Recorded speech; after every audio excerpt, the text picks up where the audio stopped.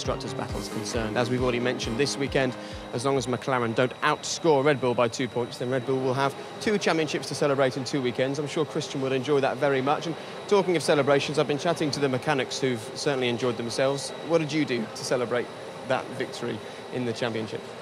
Well, as a team on Sunday night, we all headed off down to the local Irish bar in Suzuka. Amazing there is one. I mean, but yeah, everybody let their hair down, a bit of karaoke, and a few bleary eyes the following morning. But and then focus quickly switched to this race. But it was a great event. It was good to see Sebastian enjoying himself. Even Michael Schumacher turned up to wish him well, which was a nice gesture. Very nice. I'm sure Seb would have appreciated that. We've been watching the guys working away on the cars, commenting on how difficult Adrian's cars look to work on, even though they are very fast.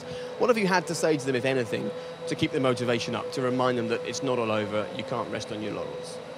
I haven't had to say anything. They know the expectation, they know the target. The target is to retain the drivers, which has been achieved, and to retain the constructors. We're in a great position in the constructors, but there's still a long way to go.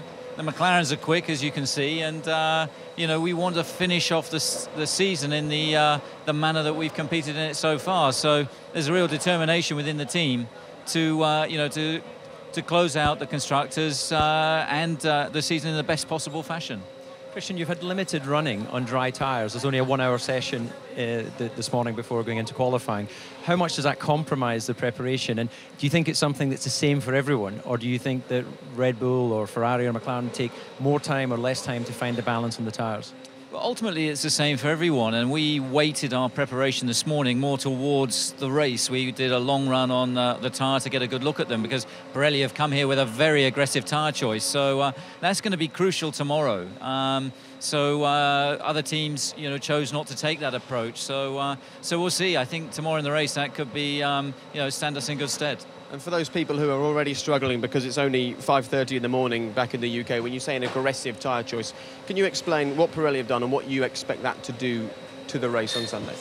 Well, they've turned up with a very soft tyre, so it's a track that puts a lot of energy into the tyre. There's a lot of corners, particularly in the second and third sector. So we're expecting the tyres, the duration of the tyres not to be too long. So, we've even looked at 4 stops, maybe even 5-stop strategy races. So, that's going to be another element, another dimension. So tyre management is going to be crucial. OK, so if it's stressful on the pit wall, David, with 5 stops, how's that going to be in the commentary box? Your voice is all right, is it? Well, thankfully here we can actually see the pit lane, so we'll have it covered. All right, well, it'll be a busy pit lane. There'll be a lot of stops going on in what is a very wide, very busy pit lane.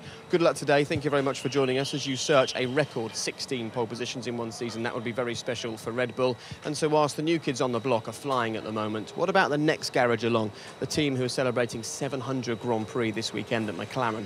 What will they be fighting for the rest of the season?